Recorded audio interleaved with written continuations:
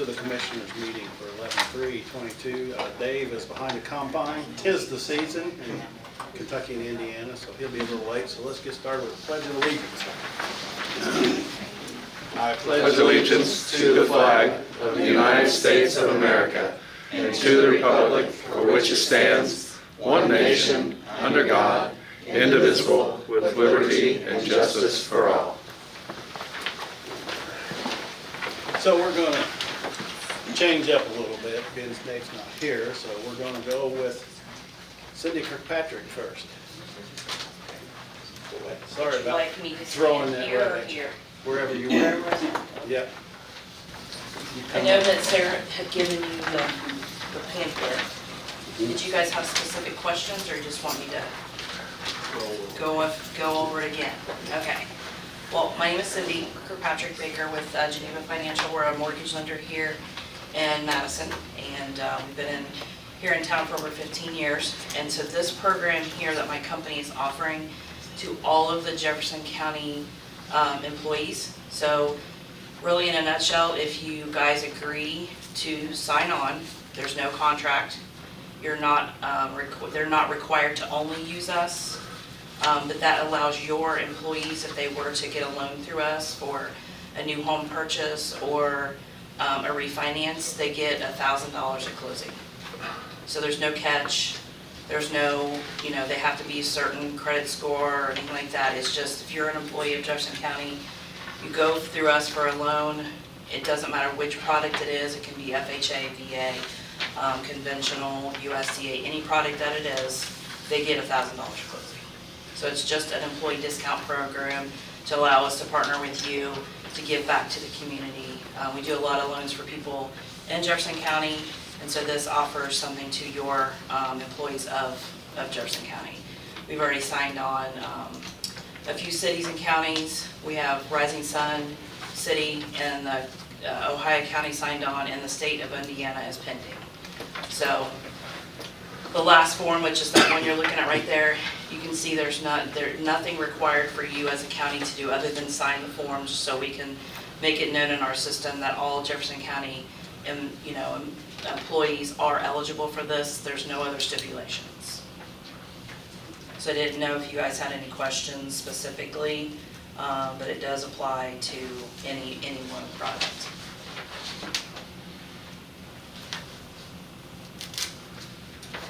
It also allows, let's say, if there's two parties and one of the parties doesn't qualify for a loan, like for some reason they don't qualify, but they're going to be on the title of ownership of the property, but they're not on the loan, they still get it.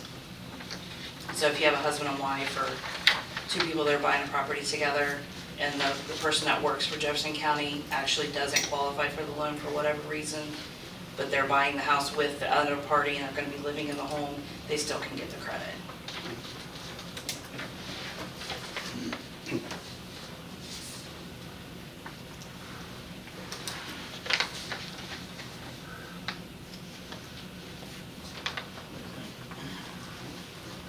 For employees then. Yep, all employees. And I kind of have talked to Heather and Sarah too about how to distribute this information to your employees. Everyone I've kind of dealt with so far has a different way that they wanted me to let their employees know. We don't want to solicit them in any kind of harmful way. If you want to give me their emails, I'm happy to do that. If you want me to go to where they're located, I'm happy. But I know they mentioned that you guys have an employee portal, and that you would make that available to them in that fashion. And then if they wanted to call me directly with further questions, yeah, they can just do that. Like the city Rising Sun, they wanted me to put something in their paychecks, but they still do paper checks. So, and then the county wanted me to physically go around to, there's only a couple places, but go to the courthouses and the garages and stop in and talk to them. But everybody's pretty much just been a little bit different on how they wanted to distribute the information, and I'll do it however you wish. There's also education programs. If you guys wanted me to provide those to your employees, I'm happy to set up a workshop and do that, or they can certainly call me for individual consultations and to educate them on home ownership. I mean, the more people we have that own property in Jefferson County and work for you guys, the longer they're going to stay because they're not going to move out of the county. So that's a benefit as well.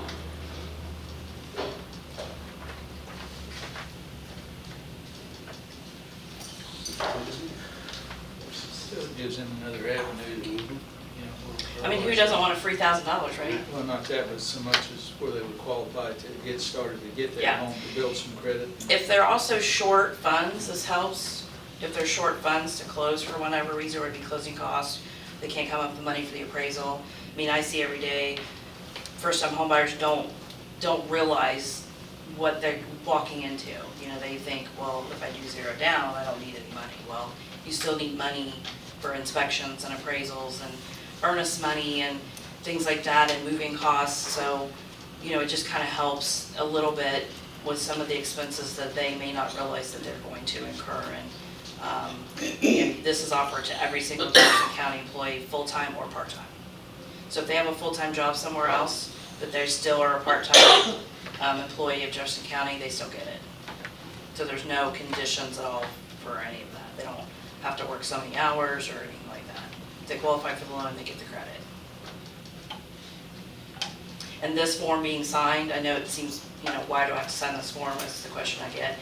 It's really just from a compliance standpoint as a lender, making sure we're following our compensation laws, that we have this on record, that, you know, I came to you guys and you guys agreed to let your employees be part of this program.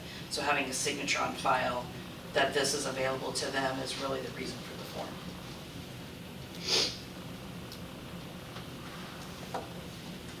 See no reason why not to help them. I don't either, yeah. Any way we can, yeah. Awesome. Is there anything else I can get for you or do for you? Thanks, sir. No, if you just want to, she can give me the signed form at a later, you know, date, and we'll get it rolled out too. I'll work with them on the information to provide to your employees. Thank you, guys. Sounds like a deal. Yeah. Thank you, Cindy. Proclamation and dedication of the Veterans Tree. You want to do that one? Okay. Proclamation and dedication of Veterans Tree. To all to whom these presents may come, greetings. Whereas the contributions and sacrifices of the men and women who served in the armed forces have been vital in maintaining our freedoms and way of life. And whereas tens of millions of Americans have served in the armed forces of the United States during the past century. And whereas hundreds of thousands of Americans have given their lives while serving in the armed forces during the past century. And whereas our county is home to veterans, active duty military, National Guard and Reserves, and their families. And whereas our veterans are brave and selfless individuals who, when duty called, willingly put themselves in harm's way to defend the lives and liberty of others. And whereas their abiding patriotism and enduring devotion to the ideals on which the United States is founded can never fail to inspire us.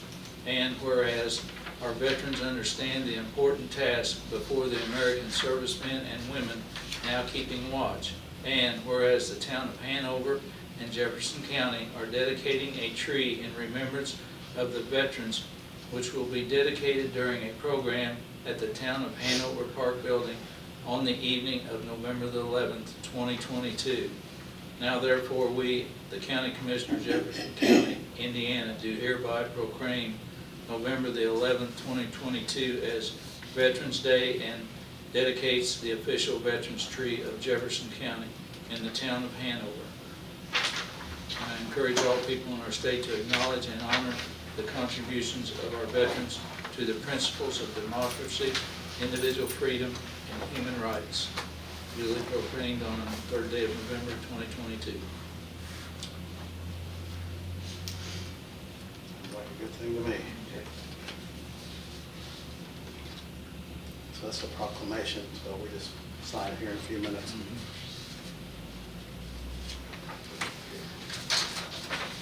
And next up, we'll do here she is, Dr. Joy Barron. There she is. I just wanted to give a quick update for the animal shelter and the veterinarian involvement. So I've spoken to all the veterinary clinics in Madison. We've agreed on a schedule for availability for appointments, for like a daily availability for the shelter for sick animals. We have a preliminary schedule for weekly walkthroughs now for all the local clinics. We're going to get that set up starting next week. I've been doing a walkthrough weekly since the last time we met, and things are going really well. All of the preventative care is being done as it should at this point. Sanitation, disinfection, cleaning is all going as it should. And when I went up there yesterday, I'm happy to announce that there are only 6 cats in the sick room. We have not had any new illness since we put in place the new director, so things are going well. So how many did you get veterans beside yourself? 2 others, 3 others, or? All of the clinics in Madison, so All 4 of the total. clinics. Wow. Super, Yeah. super. All legwork, thank you. Yeah. Thank you for that, yes. Oh, yeah, and then we're working on pricing for spay neuter so that we have an agreement so that all of the spay neuter costs are going to be even across the board for all the clinics, which is going to make it a lot easier for adoption process. Yeah. Great. Mm-hmm. Thank you for your, Yeah. Very good. Yeah, ordinance dissolving the Animal Shelter Advisory Board, first reading. Ready? Set? Here we go. Ordinance number 2022-, what's coming? An ordinance dissolving the Animal Advisory Board. Whereas on December 5th, 2006, Jefferson County previously adopted an interlocal agreement establishing an Animal Shelter Advisory Board as memorialized in the Jefferson County Ordinance number 2006-5, and whereas Jefferson County seeks to provide a sufficient standard of preventative medical care for the animals in the custody of the animal shelter, and to provide sufficient protocols, training, and guidance to the animal shelter staff, and whereas it is in the best interest of Jefferson County to establish a veterinarian oversight board to provide said guidance, to dissolve the Animal Shelter Advisory Board, and to place the day-to-day operations of the animal shelter under the supervisory control of the Jefferson County Board of Commissioners, and whereas a joint public meeting was held with the Animal Shelter Advisory Board and the Jefferson County Board of Commissioners, and all members of both boards were in favor of dissolving the Animal Shelter Advisory Board, and whereas Jefferson County desires to dissolve the Animal Shelter Advisory Board for the purpose of reorganizing the structure of the animal shelter and establishing an interlocal agreement creating a veterinarian oversight board.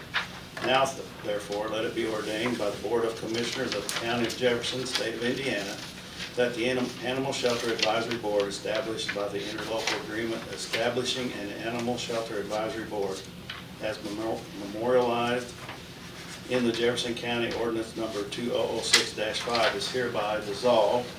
The foregoing ordinance was passed and adopted by the Board of Commissioners of the County of Jefferson, State of Indiana, this day of 2022. Oh. Well, West, write that record back. Is hereby dissolved, be it further ordained by the Board of Commissioners of the County of Jefferson, State of Indiana, that Jefferson County Ordinance number 2006-5 is amended to remove paragraphs A, B, C, and D regarding the formation, structure, and powers of the Animal Shelter Advisory Board. Be it further ordained by the Board of Commissioners of the County of Jefferson, State of Indiana, that Jefferson County Ordinance number 2006-5 is amended to add a new paragraph which reads as follows. Day-to-day operations of the animal shelter shall be under the supervisory control of the Jefferson County Board of Commissioners unless and until an interlocal agreement establishing a veterinarian oversight board and/or establishing additional organizational structure, rules, or protocols for management of the animal shelter adopted by all involved entities. This ordinance shall become immediately effective upon its adoption by the Board of Commissioners, enrollment in the Book of Ordinances, and the publication of notice as required by law. Any ordinance in conflict with this ordinance is hereby repealed. And then I finished up with the foregoing ordinance was passed and adopted by the Board of Commissioners, County of Jefferson, State of Indiana, this day of 2022. First reading. Next time I'll go order. Maybe. Maybe I will. You never know. And Ordinance terminating the cable advisory board. You want to read that one?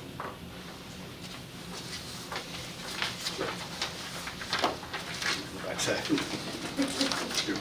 Yeah. So, ordinance number 2022 that number, at an interlocal agreement of Madison, Hanover, and Jefferson County, Indiana, terminating cable advisory board. Whereas Madison, Hanover, and Jefferson County, Indiana all have individual cable television finance franchise fees being received directly to the entities, whereas these local government units entered an interlocal agreement of Madison, Hanover, and Jefferson County, Indiana, establishing a cable advisory board dated September 5th, 2001. Whereas these local government units are desirous of terminating the cable advisory board, hereafter referred to as CAB, and distributing the funds and equipment being held by the CAB.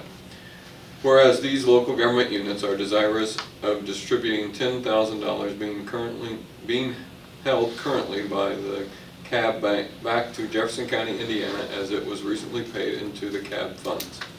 Whereas these local government units are desirous of giving the camera tripod approximate value of $4,000 back to Jefferson County, Indiana. Whereas these local government units are desirous of returning the balance of the funds held by CAB equally to the City of Madison and to the Town of Hanover. Whereas the surplus equipment being held in the basement of City Hall with the City of Madison should be sold as part of the city's surplus auction, with these items being held out separately. The funds raised from sale of these items shall be divided equally between the City of Madison, Town of Hanover, and Jefferson County. Now therefore, it is agreed as follows. The interlocal agreement dated September 5th, 2001 is hereby terminated. Jefferson County shall be paid $10,000 from the CAB funds. Town of Hanover, Indiana, and the City of Madison, Indiana shall each receive 1/2 of the remaining balance in the CAB funds after payment to Jefferson County, Indiana, outlined herein. Jefferson County, Indiana shall receive CAB's camera and tripod. City of Madison, Town of Hanover, and Jefferson County, Indiana shall split the proceeds from the auction sale of the remaining equipment and miscellaneous items held in the basement of City Hall. The City of Madison shall ensure that these surplus items will be accounted for separately at its surplus auction sale. The City of Madison, Indiana Clerk Treasurer is instructed to take the necessary steps to effectuate the terms of this agreement. 7. The ordinance shall become effective from and after its stated passage. Ordained and passed by the Board of Commissioners of Jefferson County, Indiana, this day of blank to 2022. Yes. I would make a motion that there's no objections. We forego the third reading. I second that motion. Sounds good. Any other discussion or questions? If not, all those in favor say aye. Aye. Okay. Now, we need a motion to accept the ordinance, right? Yeah. I move we accept ordinance number 2022 dash, I'll get that number, on terminating the cable advisory board, or the interlocal agreement of Madison, Hanover, Jefferson County, Indiana, terminating the cable advisory board. Second that motion. No other discussion, questions? All in favor say aye. Aye.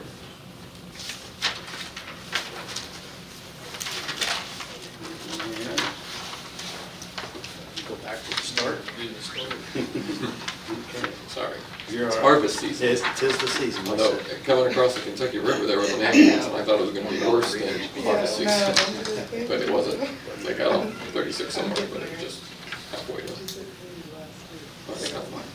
So, approve the, go ahead. I'll make a motion to approve the minutes from October 20th, accounts payable vouchers and payroll not already submitted. I second that motion. Questions or comments? All in favor say aye. Okay. We'll move right on through that, and then we got, is Bobby or Dave, either one out there? Bobby, is Bobby out there? Yep. I know you got a couple of things. Just a couple. Yeah.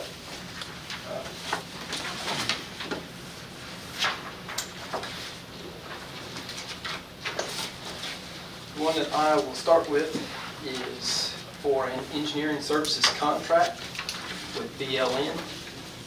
This will be an on-call contract for them. I had reached out to several to help with some bid designs and documents for an FDR project.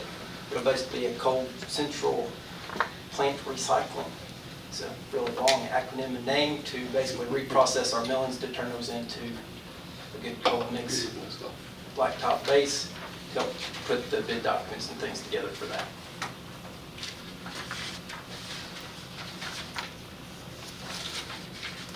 And all I need is a motion to approve that. I know you guys had a chance to read over it. So.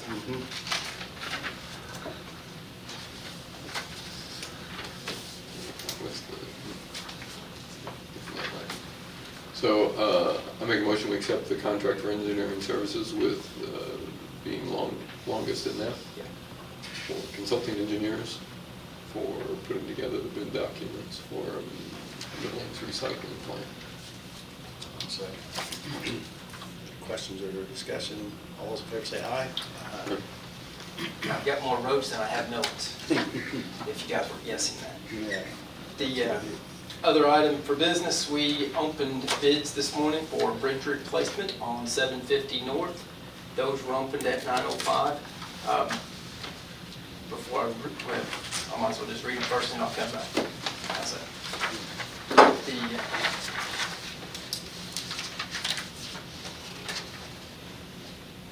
We had 6 or 7, 7. We had 6 bidders. KLB Excavating, their bid was $234,690. 234,690. We had RL Buxton. Their bid was $267,703. $267,703. McAllister Excavating. Their bid was $335,797.75. 335,797.75. At E&B Paving, their bid $375,000. 375,000. We had Louisville Paving. Their bid was $384,000. 384,000. Then we had Force Construction. Their bid, $795,250.70.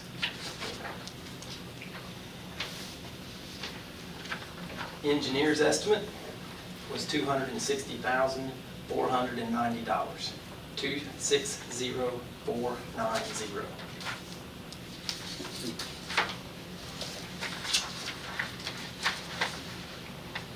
I'm going to recommend that we take the bid for RL Buxton at $267,703 because in the advertising, one of the thresholds and requirements that we asked for was that they be on the NDOT pre-qualified list. KLB has applied for that. That hasn't been accepted through NDOT yet. So Is that something new? We've done it before. we've always done that on our larger bridges and bridge projects. But I mean, KLB's done, KLB has done so considerable does that amount mean they weren't? before they were certainly qualified. On all the other projects that we've done, if we didn't spell that out, we didn't do it that way. $33,000 is a hell of a lot different.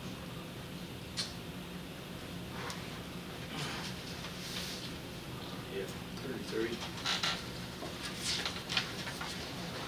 That was the way that I had advertised it. So. They're in the process of getting it. I knew that was coming. They knew that was coming because I had several conversations and encouraged them to get that before. NDOT doesn't get those approved sometimes very quickly. According to that, we can waive it. We can waive it, but we may get some pushback from the other contractors because all the rest of them were NDOT pre-qualified. It gets sticky on it.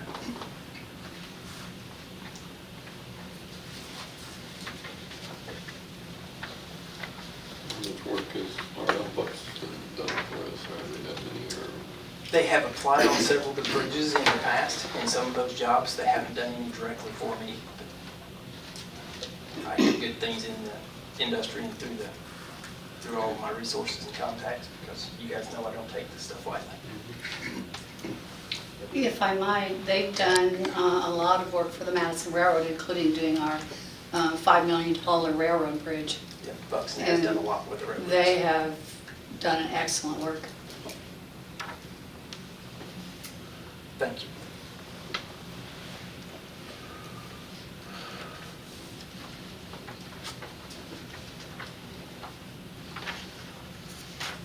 We wouldn't have to award that tonight. It speeds things up a little bit for me if we do, but you guys have every right to take and study that just a little longer if you so desire. No, I just know how good he's been to us, pulling off and doing stuff. I'll get more work done. Yeah.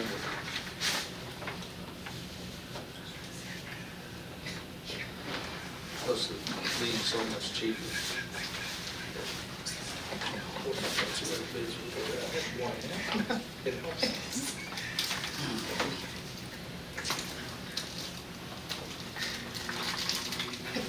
Big sign.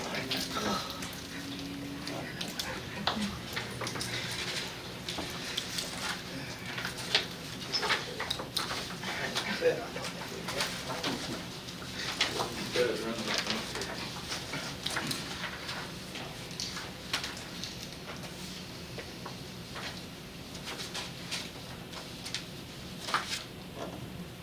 That's just my pickup on it, so. That's what it is.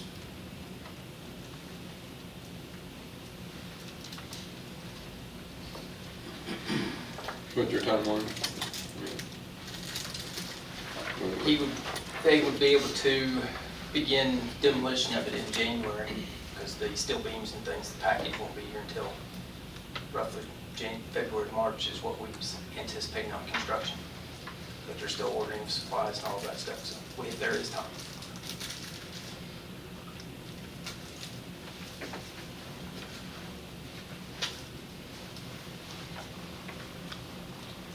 Well, 2 weeks would do that one. We'll be right back, same spot. Yeah. I mean, anything about the bids that would, I mean, I know price-wise, yeah, okay, Yes, but, the only thing that disqualifies him is he does not have that qualification that was requested during the bids. And that was the first question that Buxton asked. Did Kevin get his certification?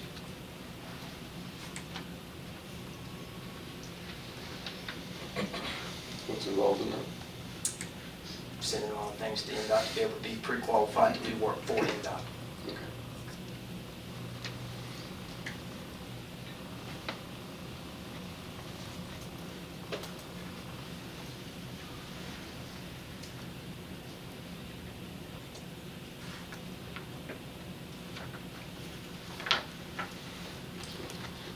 Looks like waiting 2 weeks, probably not gonna differentiate any between the two as far as looking at bids or those, I mean, they're both No. pretty much the same. Now, the bids are going to stay the same, you know, as far as what they've got in there. They can't change those after they've been opened without completely re-advertising everything. No, I understand, I mean, but you're looking, or you've had, Myself and the engineer went over the bids and to make sure everything was in check. With primarily the top three, we kind of went through the others to Sure. make sure all the documentation was there, but we did our Sure. most scrutiny on the top three.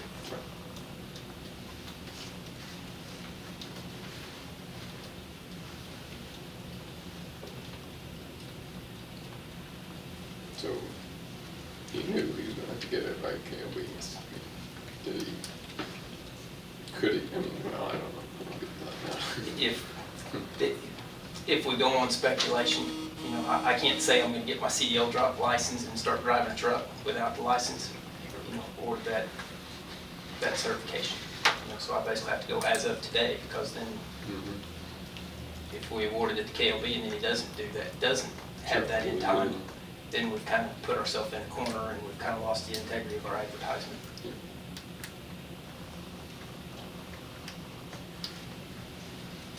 You said you reached out to him.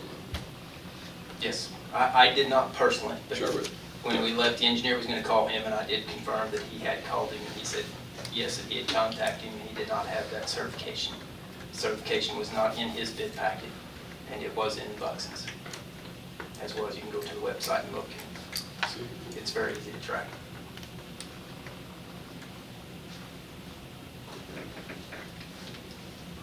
So having the certification does what? I mean, why? It certainly qualifies those bidders for these larger projects when you're going into bid bonds. This is a local project, so it's not tied to any community crossing funds. So it would not have to have that, but it also keeps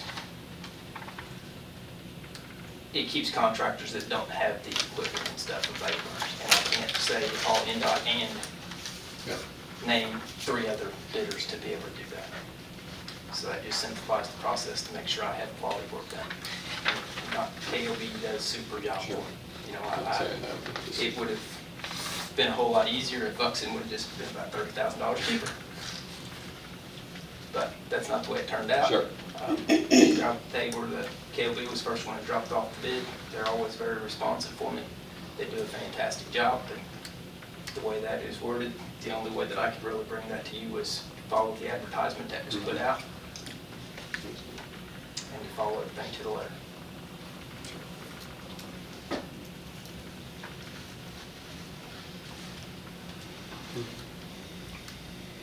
The way things, time-wise, to get things ordered and get things in time, the way those are going. 2 weeks without doing much, but I'll just go ahead. So I'll make a motion that we accept the bid from RL Buxton for $267,703. So, Any more discussion or questions? have to have a second. Yep. We're Oh, gonna go yep, forward. yep. But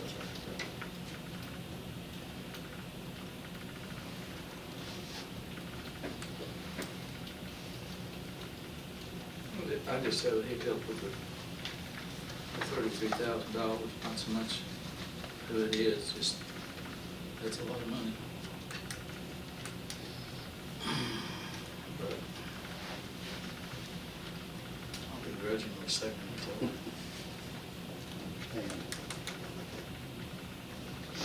Any more questions or comments? All in favor, say aye.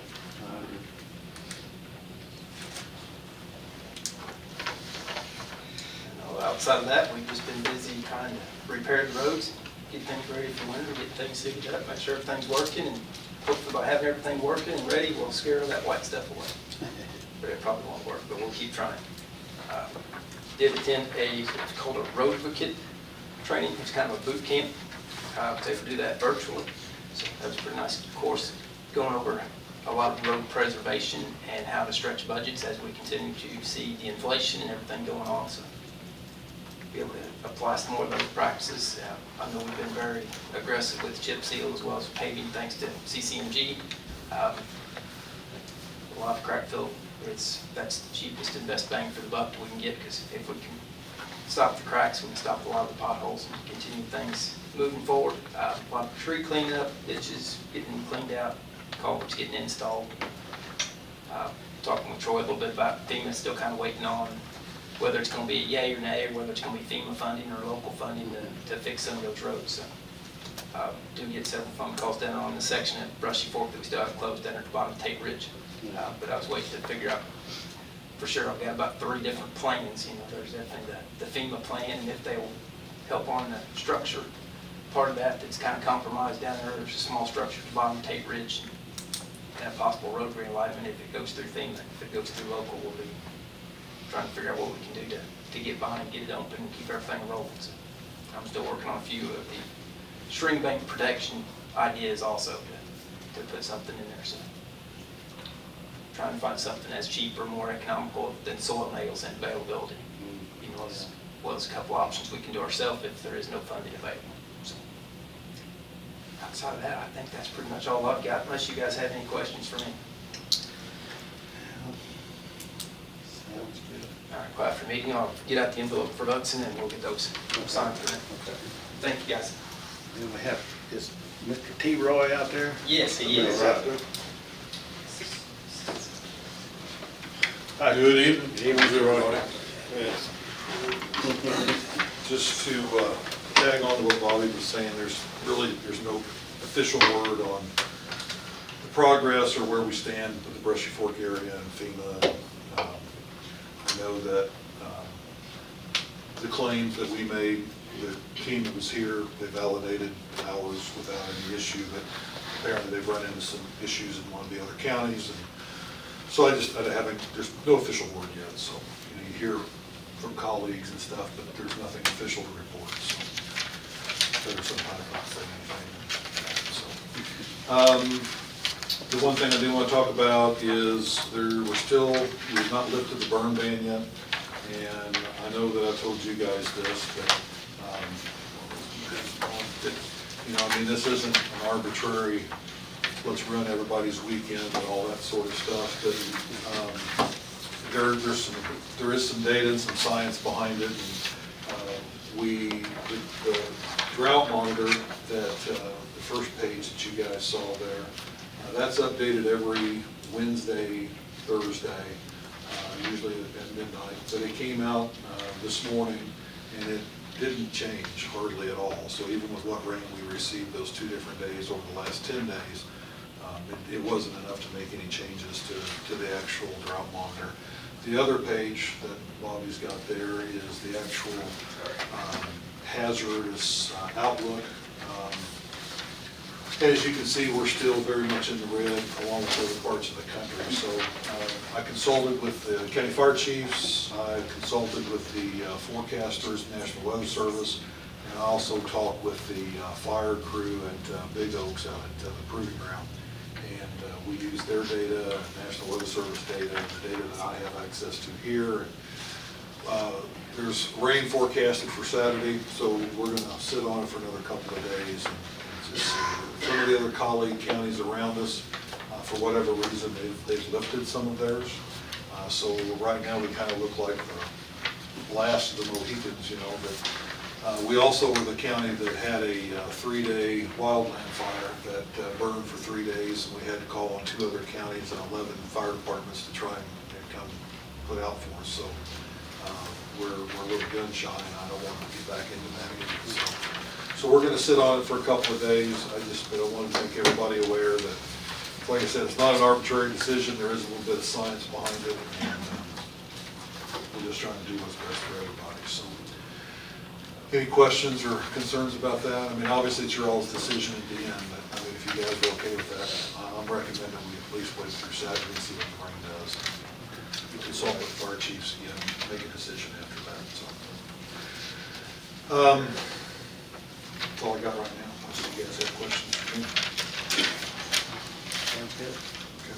Appreciate Thank you very much. Thanks, Have a good evening. Yeah, you too. Appreciate your hard work on that. Thank you. Dave's not out there in the hallway. There was one more fire end down there. I don't know. Nope, I guess that's it. Dave's not gonna be here. No, no, no. Okay. All right. So, look around the room now. We've got everybody. Lindsay, did you have? I would. Yep. Okay.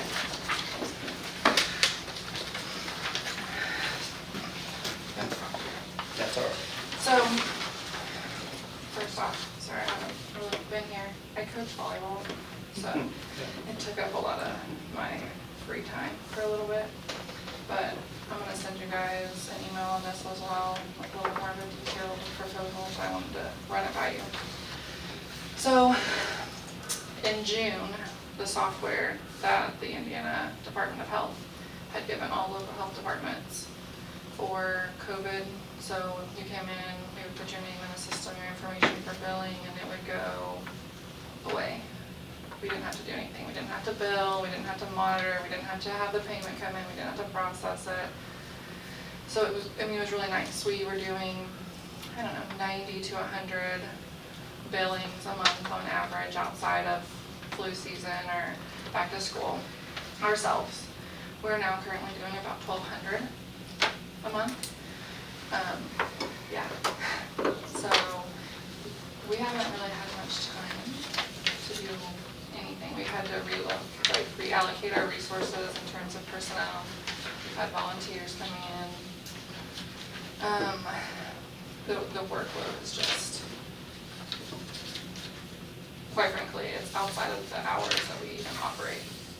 We've had to do a little bit of overtime, comp time, sort of, I mean, there's nothing to avoid it. We can't, it's unavoidable. So with that being said, my time in billing, so each one, everything that we bill comes back into the office. We have to process that before it goes down to the treasurer's and auditor's office. On average, it would take about 3 hours a week. I'm now spending 3 days. I have not had a chance to do anything with the hard money. I've gotten some quotes for different things, but I can't touch it. There's nothing, I can't spend the time on it. I'd be spending 100 hours a week working. That's not a balance. I can't do it. So Troy gave me this beautiful little spreadsheet of stuff for the new building, because I told them that some of our grants would help cover this. And then when I found out we were getting our money, I told them that if there's some big things that I think would be really helpful at the health department that some of our grants just won't cover. That would help with this workload that we've seen, but I haven't had a chance to put it in place or really even research it much more than a ballpark figure on what it would cost. Most health departments that do any sort of billing themselves, which for a small health department, we do a lot more than almost every other county of our size. Most don't even offer to anyone that has private insurance, and especially not around here. That requires a billing coordinator, which we have. She's incredibly overworked right now. But they have EMRs, so basically you go in, if you came in, your information would pop up with your insurance, just like if you went to any of our clinics around here. Do you still have this insurance? Can we have your card? Can we verify it? And you move on. We don't have those kinds of systems because they're not in our budget. This would allow us to come up with the times and decrease our workload a little bit. But with that being said, there's no way that I can do that by December 7th at all. So I'm gonna send a proposal. I'm asking to carry it over. I'm gonna talk to council as well. There's, with our workload more than tripling for a week, I don't know how else to handle that. The system, the state did open that free system software back up. It's free for us to use. They do take a fee off of every bill that they bill on our behalf. But I think we'll be able to see more people. We'll be able to get more people through. I know there was a complaint today about our phones and not being able to get through. That was just I think that lasted for about 4 days. We got it fixed. We got our phone system and stuff, but people are unhappy that we're not doing walk-ins, that we can't do something a little bit faster, but we have a bottleneck. We can only do so much when it comes to billing. We're already exceeding what we should be doing in the first place. So we're looking to fix that by going back to the software, because the state has heard basically a whole bunch of horror stories like mine saying that we're not staying afloat. We can't do it without the state's help. So they've opened that software back up until the end of December of next year. So hopefully when we get back to that, it will allow us to do upkeep that we should have already been doing. Just haven't had time. So I'm going to send a little bit more detailed proposal with some of the things that we have in mind, including stuff at the new EMA county building in Hanover.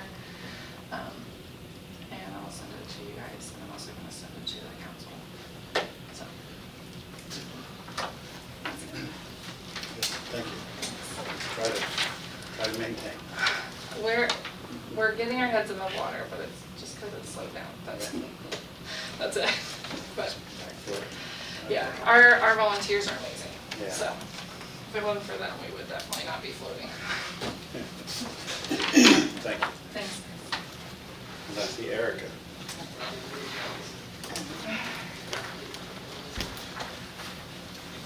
Just two things. First, We are advertising on the radio and on Saturdays in the newspaper. There's a small ad for the revolving loan fund applicants. That's for small businesses only. Good, good. Also, they have a deadline of November 18th. And then you guys can look at those applications that have been sent in and review them.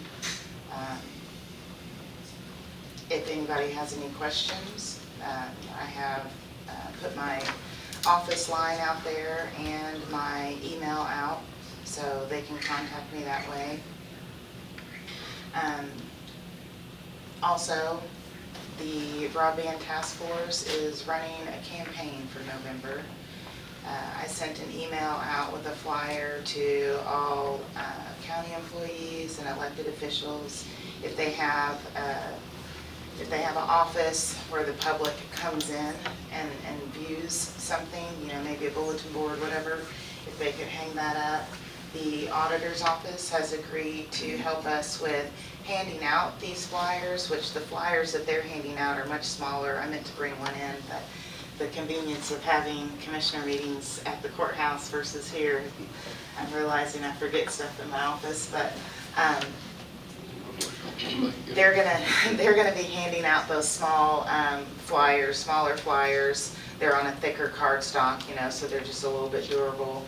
And just informing the public about how important it is to get registered. I was able to attend a session during the AIM Summit that they have in French Lick, specifically just because I wanted to speak to Mr. Ernie Holtree, who is over the broadband for the state.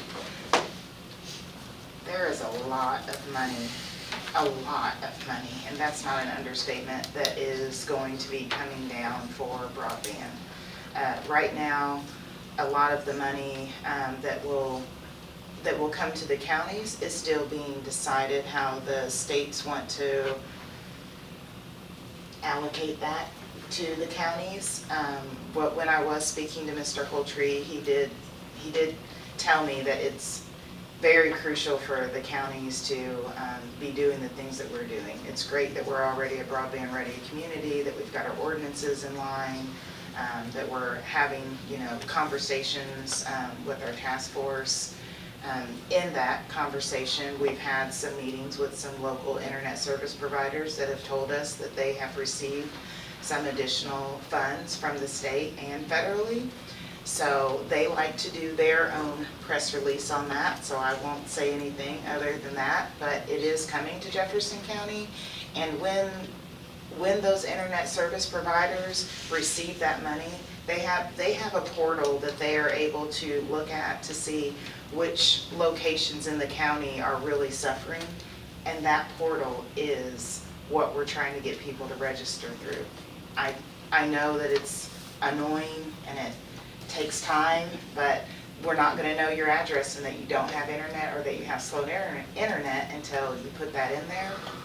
So with that being said, the people that are lacking that service, those people also correlate with the people that are needing trash cards. So that's why we have the auditor's office helping us with passing out those flyers to inform people, come to the library, call me, email me, let me know what I can do to get your address put into this portal, because these internet providers need to know where you are. Renisha is going to go on the 18th to the Chelsea area with her laptop, and the Jefferson County Clerk has graciously let us borrow one of her hotspots. So as people are dropping off their trash cards, or dropping off their trash and purchasing their trash cards at that site, Renisha will be there with a booth set up to inform people and to register them right there. So that's going to be helpful, because the Chelsea area is definitely an area in the county that is suffering from that. So, you said the 18th, right? Yes, That's a- Monday? That's a Friday. That's a Friday. It should be- it We'll should be be there a- on a Monday. Should be a We'll be Monday. Oh, the 18th is the deadline for the, Yeah, I'll be there on the we'll be out there on the 14th. right, That's what I was yes. looking real quick. Sorry. Let me double check It'd be, that. Yeah, 14th. it should be pretty much alone Yes. on the 18th. Yeah, no, sorry, Monday the 14th, she will be at Chelsea, and we'll be able to register people right there on the site, so I think that's gonna be really helpful, having someone there and explaining, answering questions, and, you know, she can't be at all of the trash site days, and I definitely can't be at all the trash site days, but, that little bit is gonna help, and those are the only two things that I have besides the revolving loan.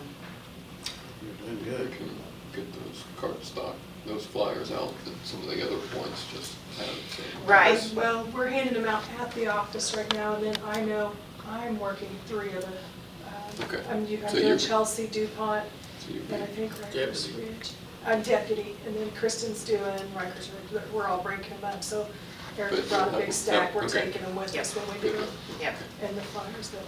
yeah, I'm really appreciative to them, Text. because Mhm. they don't have to do that. And it's nice that they're remembering to get those to everybody, because those are the people that really need them. Good deal. Thank you for your work. You're Yeah. welcome. Lots of legwork there too. Anybody else out there other than getting ready for the public? Richard? Couple items. The substance abuse I read about in the paper a couple weeks ago. From reading the paper, it looks like it's underage children. That was the indication I got. And then you mentioned alcohol was part of it. And going back to when I was a youngster, that's the parents' responsibility, take care of their kids. Pure and simple. So I assume that somebody did a study and just, what is the problem with what's happening with the abuse? How many kids are involved? I can't see, it's not our job to take care of parents' kids for them. Not, and the other thing I had, why we have in the University of Cincinnati do the study when we got a university here in Indiana. Why don't we're gonna spend money, let's keep it in the state. Why would we wanna hire Cincinnati? Needs assessment. Well, Jason? Yeah. Do you have some numbers for me? I do. All right. Yes, Mr. sir. Richards. Hi, Howdy. my name's Jason Cranny, and I am the Director of Court Services. So, I wanted to talk a little bit about statistics and about the residential facility and everything too. I had the opportunity to actually go to a mental health summit from the Supreme Court about 2 weeks ago. And just some of the statistics that they shared with us at that time, why these kind of residential centers matter. Because it's not just about substance abuse, it's also about mental health. It's also about suicide prevention, and it's also about a lot of the problems that are facing us in a post-COVID society. So the Mental Health of America through 20 and 21 had done a survey, and Indiana ranked last among all 50 states. 51st for depression, that's including Puerto Rico. 50th for suicide response, 48th for PTSD, 49th for trauma, 47th for psychosis. So that's the mental health numbers. That is why this is going. The whole summit was about the 3 areas of it, of trying to respond better to these kind of mental health challenges and substance abuse challenges. And so what they said over and over again at the summit was someone to call, someone to respond, and somewhere to go, is basically what they said. They created a new 911 system, essentially. It's called 988, and if you see somebody with a mental health crisis or a substance abuse crisis, you call 988, and there's somebody to be able to respond to that. And then they are working on getting somebody in each county to respond to those people that aren't police, that can take them to a place where they are able to be treated for this that isn't the jail. We know that the jail, especially, is extremely, it is much more expensive to be able to house somebody in the jail and to be able to take care of them than it is at one of these facilities. Some of the statistics too that we have on substance abuse also is drug overdose in Indiana has nearly doubled since 2010, and it has almost tripled since 2020 from 2010 because of that. Approximately 4,000 Hoosiers died from opioids in the last decade. Indiana's drug-induced mortality rate quadrupled between 2000 and 2022. More Hoosiers now die from drug overdoses than car crashes. Between 2012 and 2016, death related to synthetic opioids in Indiana increased to over 600%. So I work with people every single day with drug abuse problems in the juvenile system and in the adult system. There's over 600 people being supervised, and I can guarantee you over 90% of those have some sort of substance abuse problem. We also know that after a certain degree of substance abuse, the property crime and violent crime also goes up exponentially. So this is not just about taking care of drug abusers or addicts, it's about also taking care of the general population. The sad thing about this is you're right. Back when you or I were a teenager and everything like that, alcohol was the big problem. I wish that we had alcohol as a problem. I wish that we were catching kids with cigarettes now. What we're catching kids with in the school systems, back in back alleys with, is meth. That's what we are catching kids with. We're catching kids with heroin now. The most suicides and the most... Interrupt for a minute? Just let me finish, and then you can.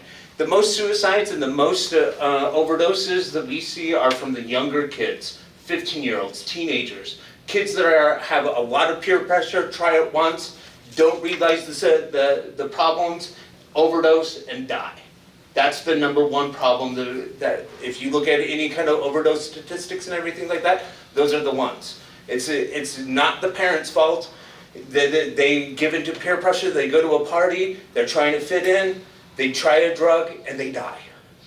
It's a horrible thing. And if with this residential treater system can help one kid, it's 100% worth it in my opinion.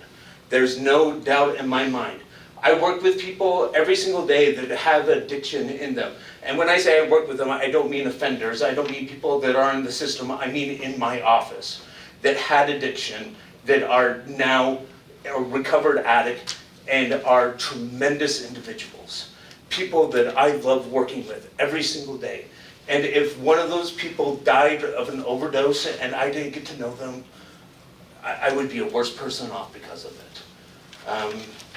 This residential treatment right now is in the very beginning phases.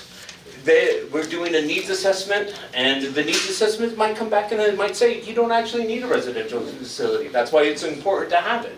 It's important to have this, and the reason why the University of Cincinnati is the place, number one, is because they have one of the very best criminal justice programs in the nation. I mean, Cincinnati? Yeah, University of Cincinnati in the nation. That's what now? Has one of the very best criminal justice programs in the nation. if you Boy, they must have got that since I moved. then it must stop, because it is a, if I had a person apply to my office and one person graduated from Harvard and one person graduated from the University of Cincinnati, and that's the only thing I had to go from, I would pick the person from the University of Cincinnati. Because that is they are the top program in the nation. Maybe not the top, but one of the very top programs in the nation. The other thing is that none of the other universities applied for it. They simply didn't apply for it. They would have been considered if they had applied for it. Government money they applied for. Yep. So, yep. So, anything else? Yes, you said your office is here in Jefferson County. Yes, it is. Then you should have those statistics for all that you just read off for Jefferson County. Now, I'll tell you what I did. I sent an email to the health department. They're supposed to keep track of all deaths in Jefferson County. Mhm. And I asked specifically how many were listed as substance abuse. So far, I have not had an answer, so now I'll ask you.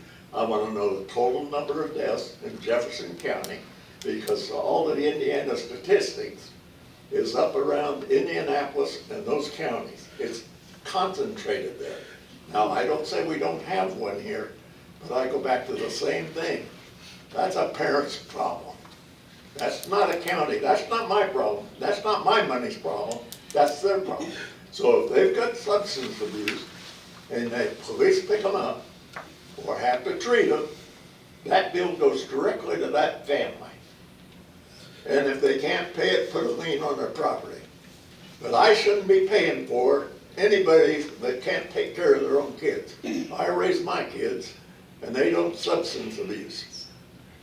But I have a real problem. Every time somebody has a problem, they want my money to fix it. Not the people that are raising the brats.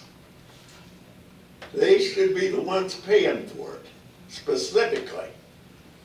And I want to know how many of them, if you here and you have that problem here, how many have been taken home to the parents and said, we're going to charge you with child neglect if you don't straighten him out?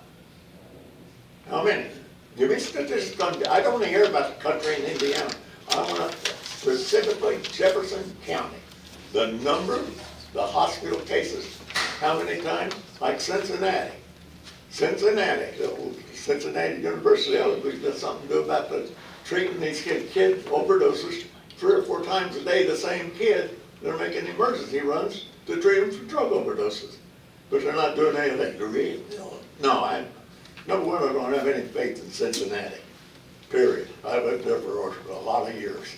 And I won't get into how they run it. But here, I think we need specific instances in Jefferson County, not Marion County or the other counties around Indianapolis, because I jumped right on that.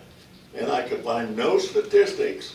Well, I'll ask the commissioners, how many statistics have been provided to you on how many drug and substance abuses we have had this last year in Jefferson County by anybody? So have you been provided a study? there is a study. Was it provided to the commissioner? It's provided to everybody. It's on the health department's website. So there is. I don't have much. After COVID, the health departments don't have much credibility. So, well, all of them. Okay, well, this is reported from the hospitals specifically. They have a code, and they have to code it in if it's a drug overdose. And that should have been reported to the state health office. And it is, and that's where you can get those statistics from. So that in Jefferson How County, come they can't tell me how many? When I requested the information, how come the health department out there can't do it? What's the code? Well, the code, it's the website. I don't have it on me or anything, but I can tell you that there was 11 overdoses in 2021. 11 overdoses in 2021. 4 of which were 15 to 25-year-olds. Okay, 11.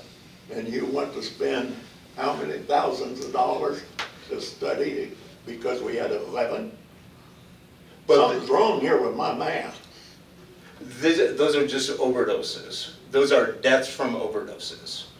So, That still doesn't do my math very good when you're talking thousands and thousands of dollars of people's taxpayer money. so, well, It's not us to keep some parents' kids well. That's their job. And the health department and the welfare department not doing their job if these same kids are having this same problem. They should be turned over to the authorities and either have to give up the child or take and fix the problem.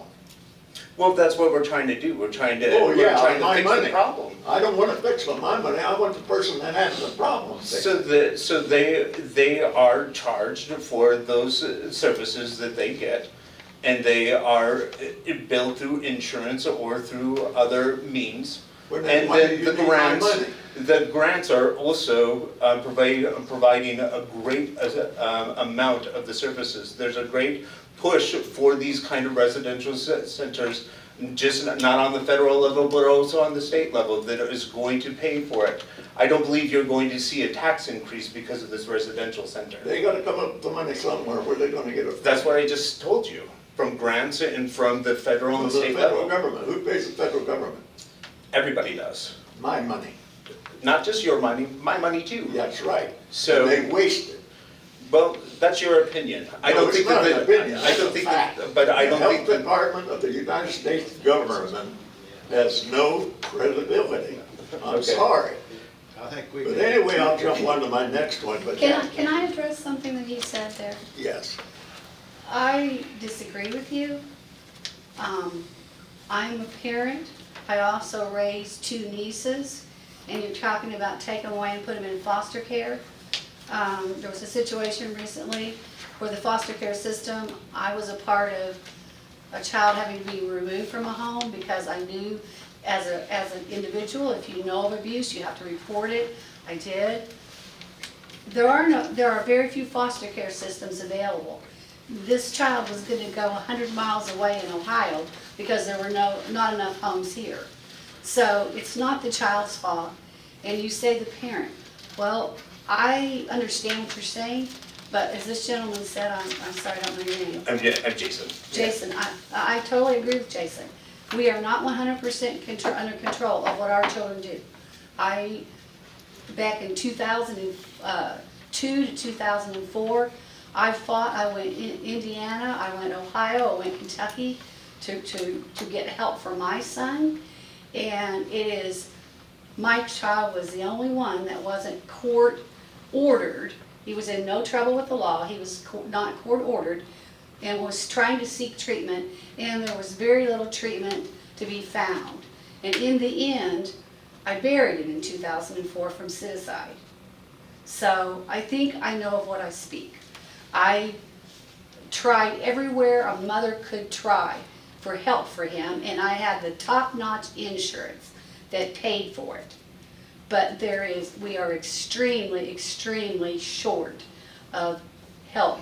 And I, for one, would welcome and applaud this. May I ask you a question? You may. Did anybody ever try to figure out, okay, my kid's abusing this substance, I don't know what kind, but he had to be getting it somewhere. Did you ever ask him, where are you getting this? It's not and do just something about substance that? abuse. Huh? It's also mental abuse. It's also mental health issues. He's talking substance abuse. No, he's talking, I heard him say mental health and alcohol and substance, all 3. My son, it was mental health as a result of a death of a close girlfriend. And he was never able to bounce back from it. Then people in that situation, to ease their pain, a lot of times turn to substance when they can't relieve their pain any other way. And I would dare anyone to sit there and say I'm not a good mother. I've raised my own 2 in addition to 2 additional children. I've given a lot of my life to raising other people's children, including a girl that is now 25 that I raised from the time she was 8-year-old because her mother was unfit. And she is now, because I took her in and gave her that care, she is now a registered nurse and contributing member of society and will raise her child that way. If we don't have these options that they're talking about, you will see more and more and more in this society. And I, for one, am happy, even if it raises my taxes to pay that. And that's my only comment. Most of the substance abuse, a lot of it, I'd say, a lot of it is it's prescription drugs. When you say suicide and so forth, if you look at it, or mass shootings, every school mass shooting has one thing in common. They were on antidepressant drugs. Every one of them has been on a prescription drug for antidepressant. I disagree. But I can feel for you, but here again, I can tell you that my son, best friend, killed himself a few years back, and he did not get into drug abuse. That goes back to the mental health. Right, so if we could have saved your son's best friend, I think that the world would have been a better place. Your son's life would have been better, and that's what we're trying to do here. We're trying to be sure that people are taken care of in a right way. And how are you going to do that without the parents' written consent? We're saying that it's not just juveniles, it's adults too. And there's a lot of different people that have mental health crises that we need to respond to in a better way than we currently are. Any other questions for me? That's it. Jason, Yes. thank you. You're welcome. You're welcome very much. You're I'm, digging into that. yeah, I'm very happy to be able to be here and to be able to do anything. Yes. Yes. Hi, Jason. Davis Powell. So you mentioned earlier, I'll make this quick, but Yeah. you mentioned earlier it was the 988. Yes. Okay. And you said, and I'm trying to get this straight in my head, that's why I'm asking here, but so the way this works is if I see someone else having a substance abuse issue or someone else having a mental health crisis, I can call this number and report them, and then you will get them the help they need. Exactly. So that's what the system is supposed to be doing. The system is, instead of calling 911 and having a cop or not just a regular uniform reporting to these, that they will have a special training. The police officers or a crisis team intervention will actually come out and help them to be able to get them the help that they need, so that they are not just.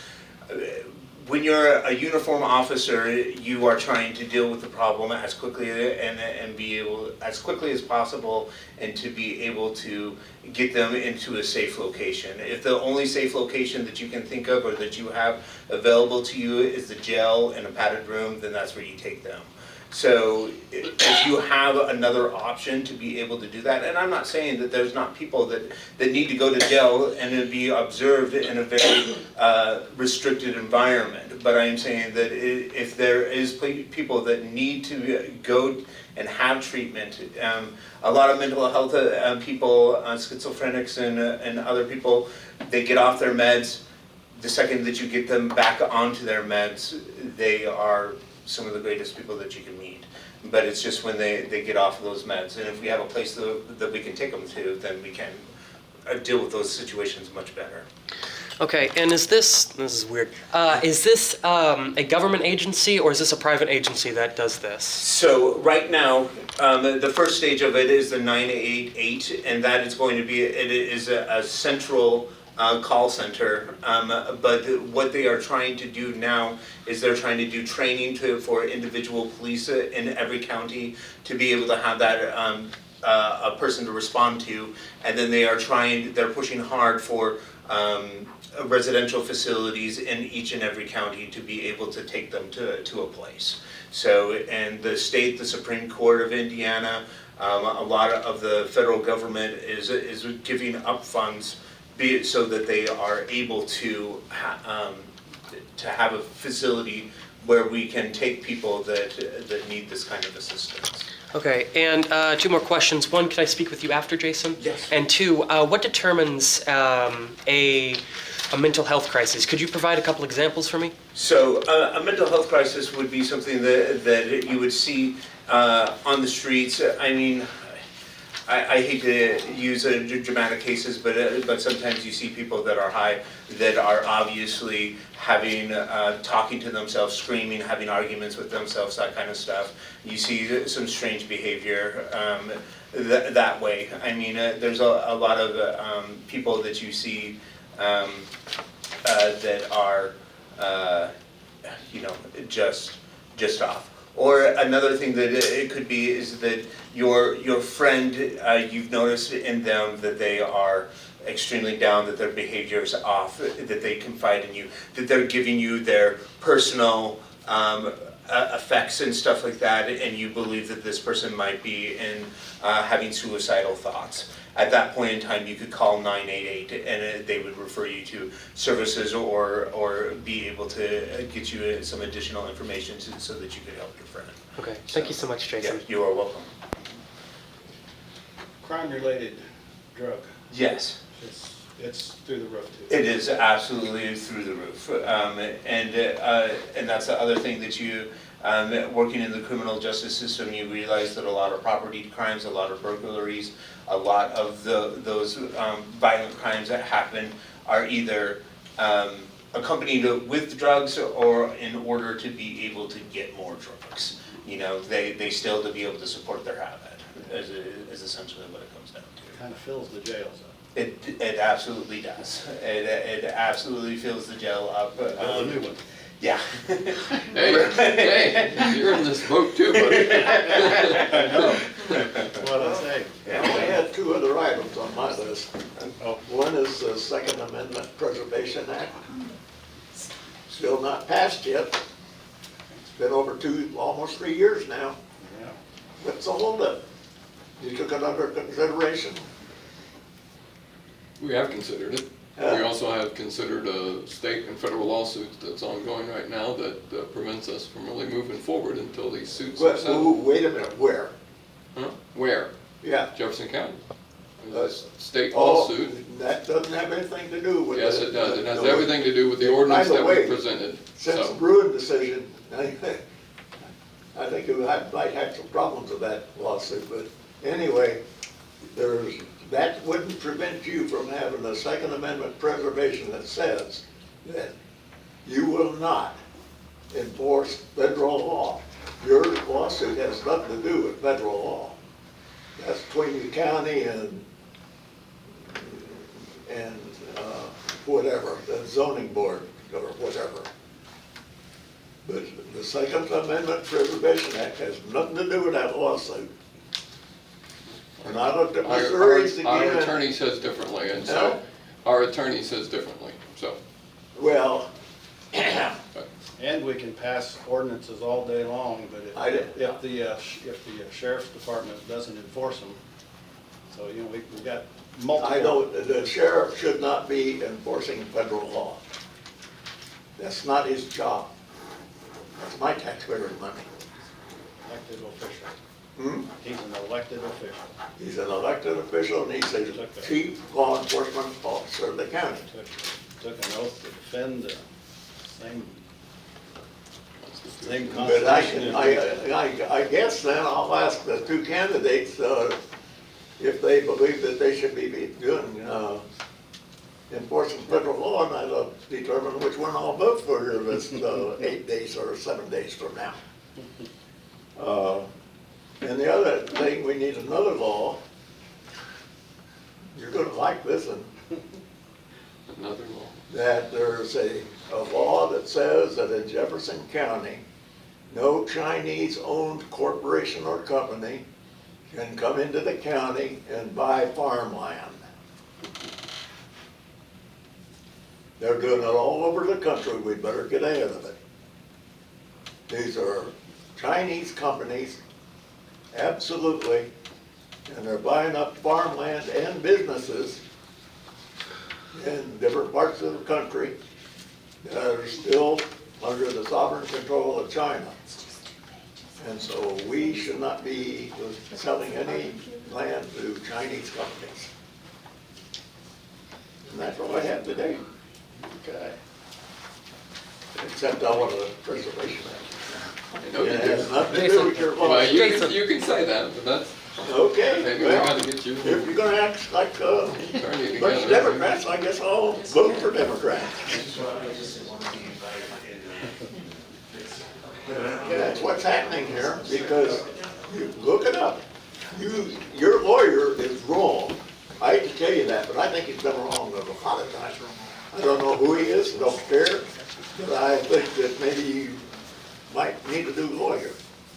Just between you and me, because he doesn't seem to be making much headway. Okay. That's it for me. All right. I don't have anything to Thank say.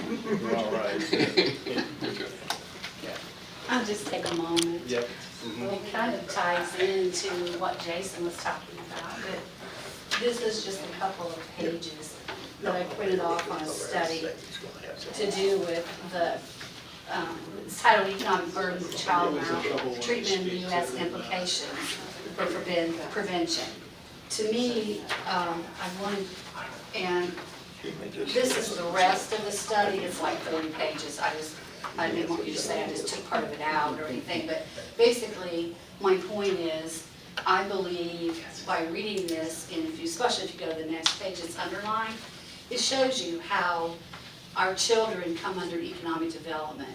Therefore, I feel like the ARP money, some of that $500,000, if it isn't all spent on an economic development study, I could see where it would be eligible for some of that money for the Children's Advocacy Center, because it shows how our children are our economic development.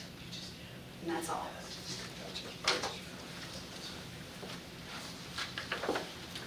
I thought I saw your hand, Mr. Kane. I just have a question for Dr. Barron. You have your vets all lined up, that's great, they're all helping. When are you gonna start your meetings that are gonna be open to the public? As of right now, the only thing that's on the board is that the current shelter board is being dissolved. Right, but you also said that you were going to have another board with the vets that was gonna be open to the public. Nothing's been decided at this point, and it's an interlocal agreement, so it's something that has to work through the county commissioners and the city council and the mayor. And then are you the only one that's going up once a week, or is each one going up at different times to help you? Each clinic is taking a turn. Okay, good. And my friends, are you guys going up there? Have you guys been going up there to check? I know you go up all the time. Haven't been up there for a couple of weeks. I noticed they said they were asking for food. Are we helping with food from the county? I mean, it's like 700, when I calculated it up, I know you guys are all gonna hate me for this, but it's like just for dog food is $750 a month without donations. That's just dog food. And if they're asking for dog food, they're out of dog food already? Because there was a lot of dog food in there. Where's this at? At the shelter. Ours. Is the county able to help them and bail them out for the rest of the year? Because I'm hoping they don't go into next year with a bunch of vet bills and bills like we started out this year, right? When we started out this year, we had a lot of bills from last year. Are we able to get out of that so we start next year clean for the animal shelter? And is You still got stuff to address, trust me. in that budget to help that shelter? I don't mean to give you a hard time, but they need, we all know it, everything's doubled. It's gonna get worse. Yeah. And pretty soon, when somebody can't donate, then what do we do? And we know how much dogs. I mean, I get it, everybody likes to donate, but when you can't, when somebody can't. Not anymore, no. We had one day where we were low. I mean, like, we didn't know if we were gonna make it through the end of the day, but I was always under the impression, like back when I used to work there, that it was okay to ask the public. Oh, it is. And I have such a group of friends that I knew once I made that Facebook post, I would get more in to help the county save money for the animal, or well, for the shelter to save money so that we can use that money in other directions to help the animals. And I know there's lots of friends to the shelter out there that's willing to donate a bag of dog food so that I can maybe use the other money for medical or whatever else. It's always I mean. Right, no, and I'm not complaining, I'm just saying, if somebody wasn't able to donate, then what would you do? I would donate, Well, but I mean, You know what I mean? yeah. At that I point do- where I do get what you're saying, but we're at, We've all donated. we're at where we're at Right, well. with the budget this year and not a whole lot of Well, clear they about won't that. go without fee. well, No, I know that, but I gotta, I won't allow that. And then only one last thing, then I'll stop, I promise. Last, what was it, in July and beginning of August, there was the donation letters that all went out. And I've not still seen any thank you letters to anybody who donated, and I know you're just walking Yeah. into it. But if we don't thank these people, they're not gonna donate anymore. Some of them put out some really nice donations and they need to be thanked. You know? I think there was an issue with the organization of those Right. Yeah. donations that came in, and that's being addressed. If I had all the list of everybody, I would personally get them thank yous Well, out, but I I know- don't know where I'll they're give it to at you. right now. Yeah, because Okay. I know there was a list. I just don't know where they're at to write the thank yous I've to got get the them out. businesses and individuals. I will see Okay. that you get it. Thank you. Right. One last one. Okay. Anything? Sarah? Bobby? Nothing? Nothing? Everything's good? No, Good. I I just, left I today. didn't know if I needed to be here or No. He was asking about the raffle. Anything? not.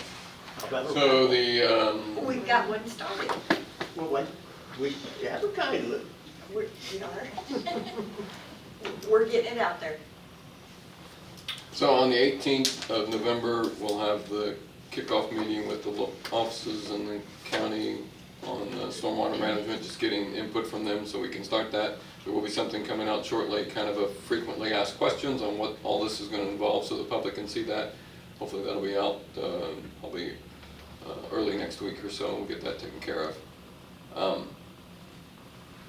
So that's the 18th of November in that afternoon. I think we also have the nonprofit organization meeting on the, is that open, or is that just?